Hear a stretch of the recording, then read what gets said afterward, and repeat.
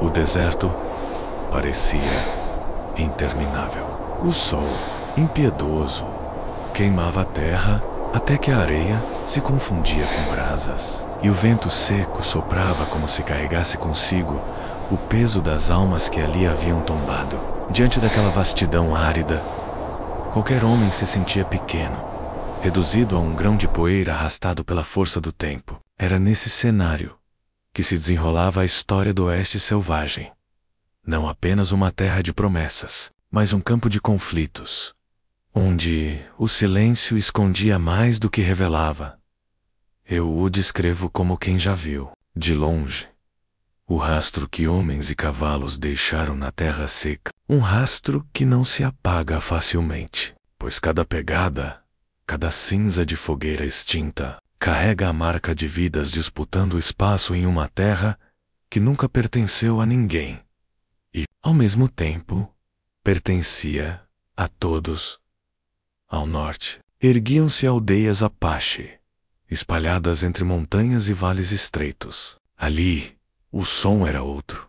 Cantos ancestrais ecoavam nas noites, crianças corriam em meio às cabanas, e guerreiros afiavam suas lanças e preparavam arcos com a paciência de quem sabia que a luta nunca estava distante. Os Apache não viam o deserto como uma prisão, mas como lar. Cada pedra, cada sombra de cacto, carregava significados transmitidos de geração em geração. Já ao sul, os fortes militares se erguiam como cicatrizes na paisagem. Blocos de madeira e pedra erguendo-se em meio ao nada, sinal claro da presença de um poder que vinha de fora. A bandeira tremulando sobre os portões não era apenas símbolo de autoridade, era também um aviso. Os homens brancos haviam chegado e não pretendiam partir. Dentro dos fortes, soldados vestidos de azul marchavam, treinavam e vigiavam o horizonte com desconfiança, como se esperassem que a qualquer momento o deserto cuspisse inimigos de trás das dunas. Mais além, os povoados de colonos cresciam em torno de rios e trilhas comerciais, pequenas cabanas de madeira, cercas improvisadas e campos arados. Com dificuldade, havia esperança nos olhares de alguns, mas medo na maioria. O medo se escondia nas conversas abafadas nas tavernas, nas orações murmuradas pelas mulheres ao anoitecer, no modo como os homens mantinham sempre um rifle encostado na porta. Rumores corriam mais rápido que o vento. Falava-se de ataques repentinos, de famílias desaparecidas, de trilhas manchadas de sangue. O silêncio do deserto era traiçoeiro. Muitas vezes, parecia não haver nada além de poeira e sol, mas bastava um cavalo surgir ao longe para que os corações disparassem. Cavalos levantando poeira no horizonte eram sinais de que algo se movia menos. Podia ser apenas um viajante solitário, ou um grupo de guerreiros prestes a lançar um ataque. O horizonte queimado pelo sol nunca revelava de imediato suas intenções. Às vezes, o silêncio era rompido por sons que gelavam a espinha. Um disparo isolado ao longe, o eco de tambores de guerra reverberando pelas encostas, ou o grito de um corvo que parecia anunciar presságios. À noite, o frio substituía o calor sufocante, e o deserto mudava de rosto. O uivo dos coiotes se misturava aos sussurros de soldados em vigília, enquanto do lado, Apache as fogueiras iluminavam rostos, pintados de vermelho e negro, prontos para defender aquilo que consideravam sagrado. Havia, portanto, duas realidades em choque constante. De um lado, os colonos e militares, que acreditavam trazer progresso, ordem e domínio sobre a terra. Do outro, os Apache, guardiões de uma tradição que se recusava a morrer. Entre eles, o deserto, silencioso, testemunha de cada lágrima, de cada tiro disparado, de cada corpo deixado para trás sob as estrelas impiedosas. Eu, como quem observa de fora, digo que aquele silêncio carregava mais histórias do que qualquer livro poderia escrever. Era um silêncio pesado, carregado de presságios, como se o próprio deserto aguardasse a próxima tragédia para gravelar em suas areias. E todos que ali viviam sabiam que a paz era apenas um intervalo breve, prestes a ser quebrado pelo estrondo da guerra. O ataque começou como tantos outros, sem aviso, sem misericórdia, como um trovão que rasga o céu em noite clara. O sol já se inclinava para o poente quando os primeiros sinais apareceram. Um cavalo solitário, cruzando o horizonte, depois outro, e em seguida uma nuvem de poeira que se erguia com rapidez. Dentro do pequeno povoado, feito de cabanas de madeira e cercas frágeis, o silêncio foi tomado pelo alarme. Homens correram para dentro de casa, agorando rifles. Mulheres arrastaram crianças para os porões, enquanto alguns poucos permaneceram na rua, paralisados pelo medo. Eu já havia visto aquela cena antes, e digo, o deserto não oferecia segundas chances. Quem hesitava era engolido. Quando os apaches irromperam, vieram como sombras rápidas, seus cavalos cortando o chão duro com a fúria de uma tempestade. As pinturas vermelhas e pretas em seus rostos refletiam o fogo da guerra, e seus gritos ecoavam como trovões ancestrais. Lançaram flechas em chamas contra os telhados de palha, e logo a fumaça começou a subir, tingindo o céu dourado do entardecer com nuvens negras. Do lado dos colonos, a resistência foi desesperada. Alguns disparavam tiros a esmo, tentando acertar alvos que pareciam fantasmas em movimento. O barulho das armas de fogo se misturava ao estalar das chamas e aos gritos de desespero. Cavalos relinchavam. Crianças choravam. E cada som se tornava parte de uma sinfonia caótica que só o WoW era capaz de compor.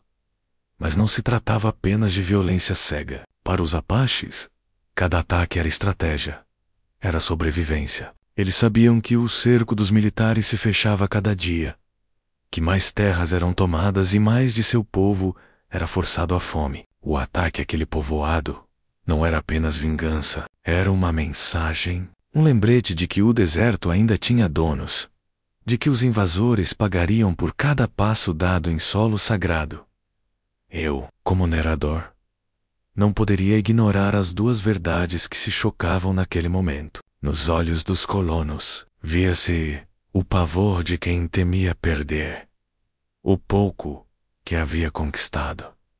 Um lar improvisado, um campo arado, um futuro incerto mas sonhado. Nos olhos dos guerreiros apaches, via-se a fúria e a dor de quem lutava para não perder tudo. A terra dos ancestrais, a memória dos mortos, a identidade do próprio povo. As chamas avançaram rápido. Em pouco tempo, 3 casas estavam em ruínas, e o cheiro de madeira queimada se espalhava com a mesma intensidade que o medo. Entre a fumaça, mulheres foram arrastadas para fora de suas casas, algumas com crianças agarradas ao colo, outras lutando com unhas e dentes, gritando nomes que ninguém mais ouviria. Algumas foram levadas nos cavalos, presas como troféus de guerra. Outras ficaram para trás, inertes, caídas sob a poeira. Houve resistência até o fim. Um velho, de barba desgrenhada e olhar endurecido pela vida no deserto, fez frente a 2 guerreiros com apenas um rifle e um coração que não sabia recuar. Tombou em frente à própria porta, mas não sem antes derrubar um dos inimigos. Sua morte, embora rápida, foi lembrada pelos que sobreviveram como prova de que o povoado não se entregara sem lutar. Quando o ataque terminou, restava apenas o eco da destruição. Os apaches desapareceram tão rápido quanto haviam surgido, levando consigo cavalos, mantimentos e prisioneiras. No chão, o fogo ainda devorava o que restara das cabanas. O céu escurecia, não só pela chegada da noite, mas pela fumaça que pairava como véu de luto sobre o povoado. Os sobreviventes se arrastaram para fora de esconderijos, olhos marejados e mãos trêmulas. Não houve gritos de vitória, nem cânticos de vingança. Apenas o silêncio pesado de quem sabia que a vida nunca mais seria a mesma. O deserto, mais uma vez, havia tomado o que era seu. E eu digo, aquele fogo não queimou apenas madeira, queimou esperanças, queimou sonhos, queimou qualquer ilusão de que aquela fronteira pudesse ser um lugar de paz. Cada ataque deixava cicatrizes mais profundas, não apenas no solo, mas na alma de todos que ousavam viver sob o sol implacável do oeste.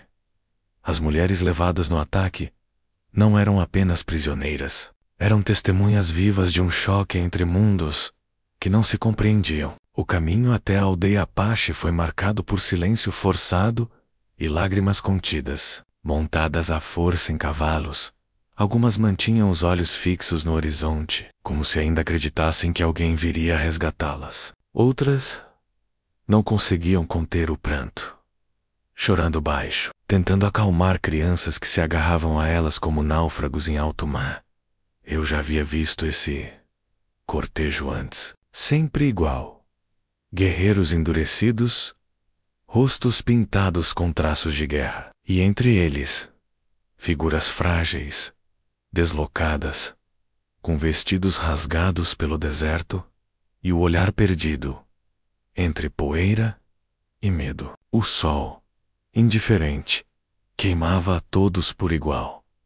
Ao chegarem à aldeia, a vida parecia seguir outro ritmo. As cabanas de madeira e couro estavam dispostas em círculo, como braços que se fecham em proteção. Crianças indígenas corriam, riam, observavam as recém-chegadas com curiosidade. Mulheres apaches silenciosas lançavam olhares que misturavam compaixão e frieza. Ali, cada cativa tinha dois destinos possíveis: adaptar-se ou definir. Para algumas, o choque era insuportável, acostumadas a uma vida de rotina simples nos povoados. Agora, precisavam conviver com uma língua que não compreendiam, com costumes que lhes eram estranhos e com a constante sensação de não pertencer. A saudade do lar pesava como corrente invisível. À noite, choravam baixinho, escondendo o rosto entre as mãos, enquanto ao redor ecoavam tambores e cantos que falavam de uma história que não lhes pertencia. Mas havia também aquelas que, lentamente, encontravam outro caminho. Uma jovem, levada ainda adolescente, passou a ajudar as mulheres da aldeia em tarefas diárias: moer milho, preparar peles, cuidar de crianças. Aos poucos, descobriu que o deserto tinha outros sons, que não eram apenas de dor. Aprendeu a reconhecer o chamado dos pássaros, a distinguir o rumor do vento antes de uma tempestade de areia, a entender a força que havia no simples ato de resistir. O medo se transformava em resignação, e a resignação em laços. Eu digo que, para algumas, o coração se dividia entre a memória do lar perdido e a vida nova que se abria diante delas. Havia um espaço vazio que nunca se preenchia por completo. Algumas dessas mulheres acabaram por criar filhos no seio da aldeia, filhos que carregavam em si duas heranças: a do sangue apache e a da memória europeia. Esses filhos, mais do que ninguém, eram testemunhas da fronteira, caminhando entre dois mundos que se odiavam.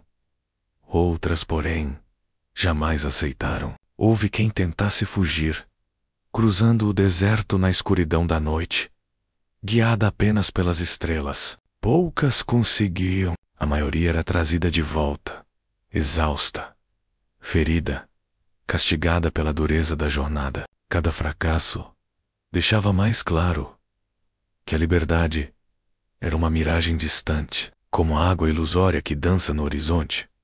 Para os apaches, aquelas mulheres eram mais que prisioneiras, eram símbolos. Sua presença significava poder diante dos colonos, prova de resistência contra os militares, mas também eram, em muitos casos, incorporadas à vida da aldeia, como parte de um ciclo de adaptação que o próprio deserto impunha. A linha entre cativa e integrante tornava-se difusa, confusa, às vezes imperceptível até para elas mesmas. As noites eram o momento mais duro. O frio cortava a pele, e o silêncio quando não era preenchido por cânticos indígenas, fazia ecoar lembranças do passado. Uma mulher lembrava do marido que havia tombado na defesa do povoado. Outra, do filho que fora arrancado de seus braços. O narrador que vos fala não pode deixar de notar que esses lamentos não se perdiam no ar. O deserto os guardava, cada sussurro, cada lágrima, como quem coleciona histórias que ninguém mais terá coragem de contar. Ainda assim, mesmo na dor, havia resquícios de humanidade. Algumas mulheres encontraram nas Apache mais velhas uma espécie de consolo. Compartilhavam histórias, ainda que em línguas diferentes, com gestos, com olhares, e descobriam que, por trás da guerra, havia também mães, filhas, esposas, que igualmente sofriam as perdas do conflito. Nesse reconhecimento silencioso, nascia uma compreensão incômoda. O inimigo também chorava. Eu afirmo que foi nesse terreno instável que se ergueram as vozes cativas, vozes que não podiam ser completamente silenciadas, mas que também não eram plenamente ouvidas. Vozes que falavam de dor e esperança, de resistência e rendição, de perda e de inesperada aceitação. Ao observar essa realidade, entendi que o Oeste selvagem não era feito apenas de pólvora e sangue, era feito de histórias humanas, entrelaçadas de forma tão complexa que seria injusto reduzi-las a vencedores e vencidos. Cada mulher cativa carregava em si um pedaço da fronteira, menos aquela linha invisível que separava mundos e, ao mesmo tempo, os unia para sempre. No deserto, sobreviver era como caminhar sobre a lâmina de uma faca. Qualquer descuido podia significar a morte, tanto para os Apaches quanto para os colonos. A vida era feita de pequenos instantes de respiro, entre longos períodos de incerteza. Eu digo que já vi homens fortes se curvarem diante da fome, e mulheres frágeis resistirem com uma força que desafiava até mesmo o sol implacável. Nas aldeias Apaches, a rotina era marcada pela luta contra a escassez. Cada caçada podia significar o sustento de todo o grupo ou a condenação à fome. Guerreiros se aventuravam por quilômetros em busca de bisões, cervos ou qualquer animal que pudesse alimentar a comunidade. Muitas vezes voltavam de mãos vazias, trazendo apenas os olhos cansados e o corpo abatido. Nessas horas as mulheres assumiam um papel silencioso, mas essencial: transformar pouco em suficiente. Um punhado de milho, raízes colhidas no solo seco, um caldo ralo que se tornava banquete em meio à miséria.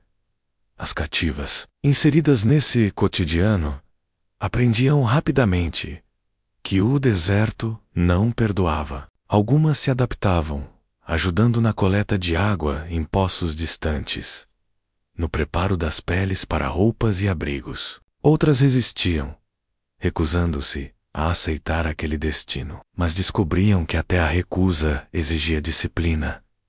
Era preciso suportar a fome, o frio da noite, os olhares vigilantes. Survivor era, acima do tudo, não se deixar quebrar. Do lado dos colonos, a lâmina da sobrevivência era igualmente afiada. Povoados inteiros dependiam da chegada de carroças com suprimentos, vindas de cidades distantes. Mas cada viagem era arriscada. Estradas infestadas por ataques, tempestades de areia que cobriam trilhas, rios que secavam sem aviso. Muitos dos que buscavam prosperidade encontravam apenas a morte. Ainda assim, a esperança mantinha alguns firmes. Erguiam cercas, plantavam sementes em solo ingrato e oravam para que a chuva viesse antes que a fome os visitasse. Os militares, com seus fortes de madeira e pedra, acreditavam estar melhor preparados, mas nem eles escapavam da lâmina. A disciplina rígida não protegia contra doenças que se espalhavam nos alojamentos, nem contra emboscadas que dizimavam patrulhas inteiras. Vi soldados jovens, com rostos que mal haviam conhecido a barba, tombarem sem sequer entender o motivo pelo qual estavam ali. Seus corpos eram deixados para trás, engolidos pela poeira do deserto, lembrados apenas como mais um nome na lista de baixas. A sobrevivência não era apenas física, era também moral. Muitos carregavam dilemas que pesavam mais do que a sede ou a fome. Um Apache, ao capturar uma criança colona, podia vê-la não como inimiga, mas como reflexo do próprio filho. Um soldado, ao incendiar uma aldeia, podia sentir no peito a dor de estar destruindo lares, não apenas posições inimigas. E as mulheres cativas entre todos viviam o dilema mais cruel: continuar agarradas ao passado que lhes havia sido arrancado, ou ceder ao presente que lhes era imposto. À noite, nas fogueiras apaches, contavam-se histórias de resistência. Guerreiros narravam as vitórias contra colonos e soldados, exaltando a coragem de seus antepassados. As cativas ouviam em silêncio, algumas tentando decifrar palavras, outras apenas observando os rostos iluminados pela chama. Havia algo de hipnótico naquele ritual. A certeza de que, mesmo em meio à dor, havia orgulho, havia identidade, havia pertencimento.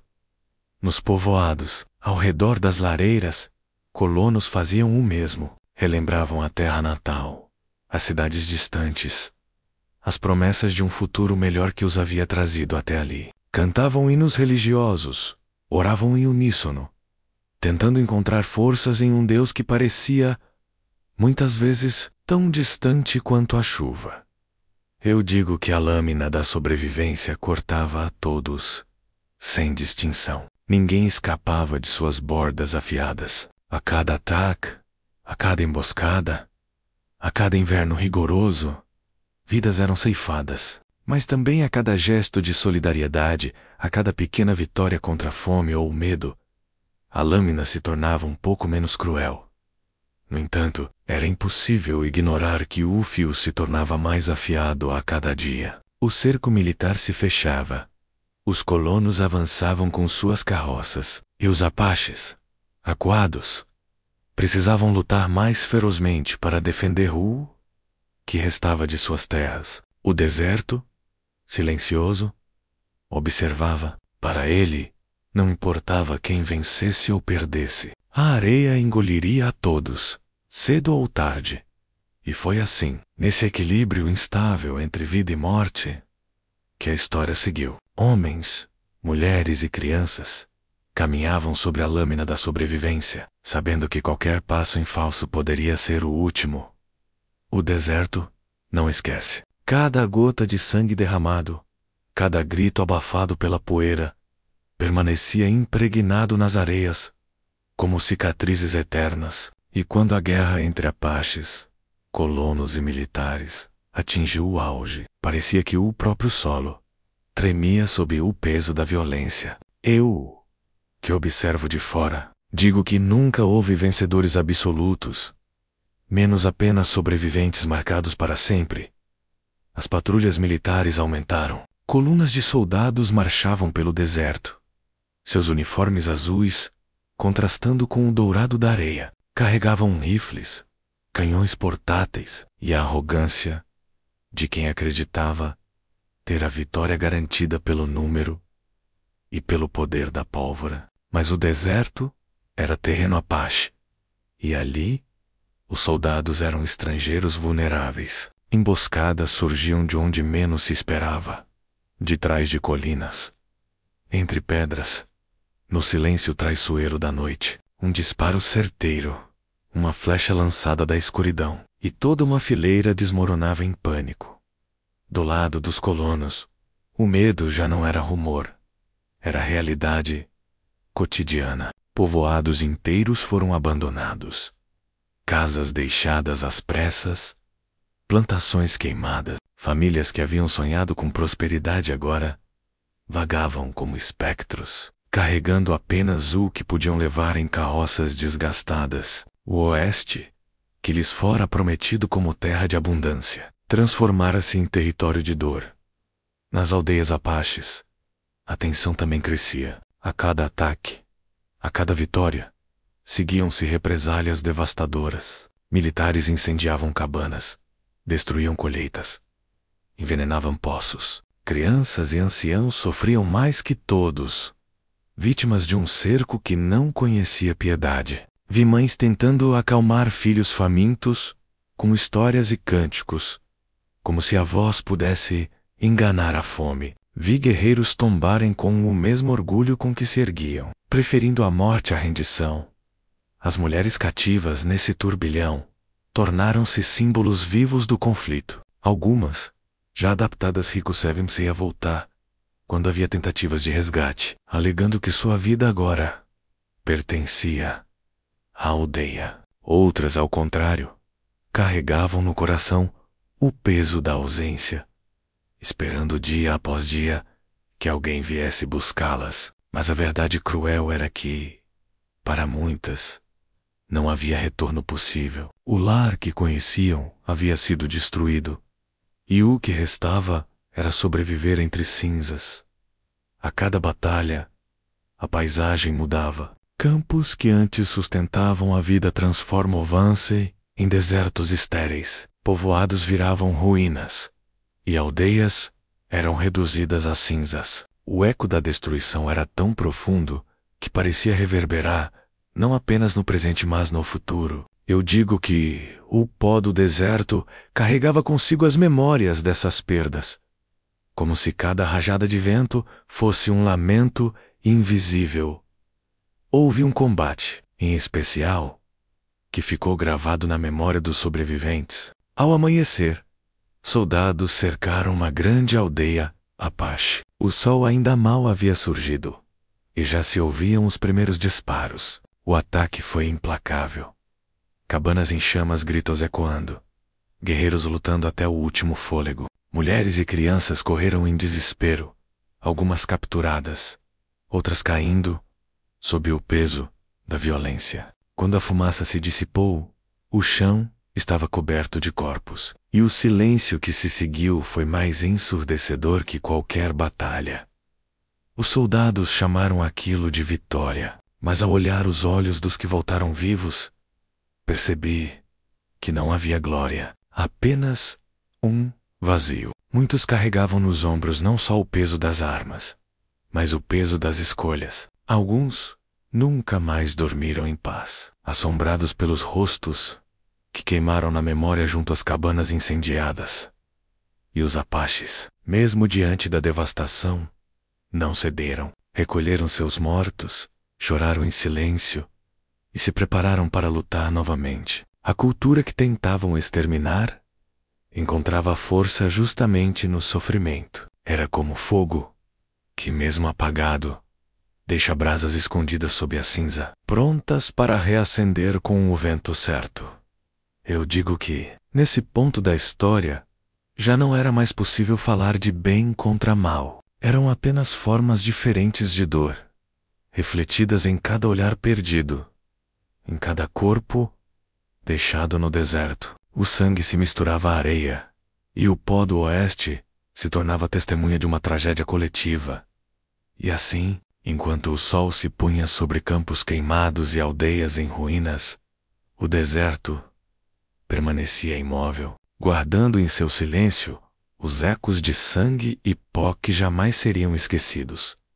O tempo passou, mas o deserto permaneceu. As chuvas escassas voltaram a cair, lavando parte do sangue que antes tingira a areia, mas não foram capazes de apagar a memória. Eu digo que o oeste guarda as histórias em seu silêncio.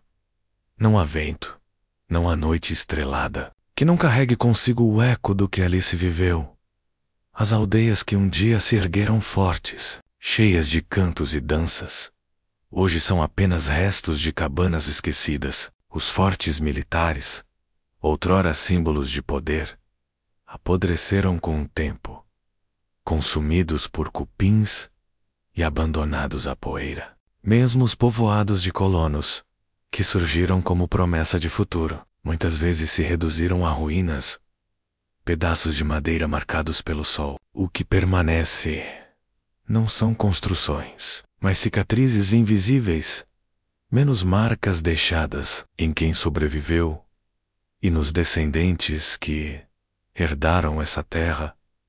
As mulheres que foram cativas, algumas nunca voltaram a ver o lar de onde foram arrancadas. Suas vozes se perderam entre gerações, misturadas às línguas apaches, esquecidas pelos registros oficiais, mas preservadas em olhares, em costumes, em filhos que traziam no sangue dois mundos. Outras retornaram, mas jamais foram as mesmas. Os que as receberam perceberam que traziam consigo uma sombra difícil de nomear, como se carregassem dentro delas não apenas lembranças, mas também o peso de duas culturas em conflito.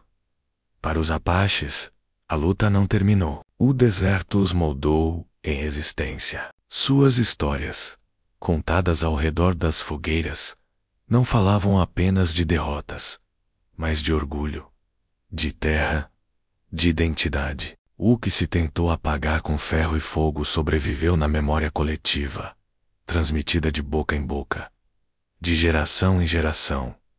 E os colonos, muitos seguiram adiante, seus descendentes espalhados por terras que antes foram disputadas, construíram cidades, ergueram fazendas, escreveram leis. Mas mesmo eles, quando olhavam para o horizonte infinito do deserto, sentiam algo inexplicável.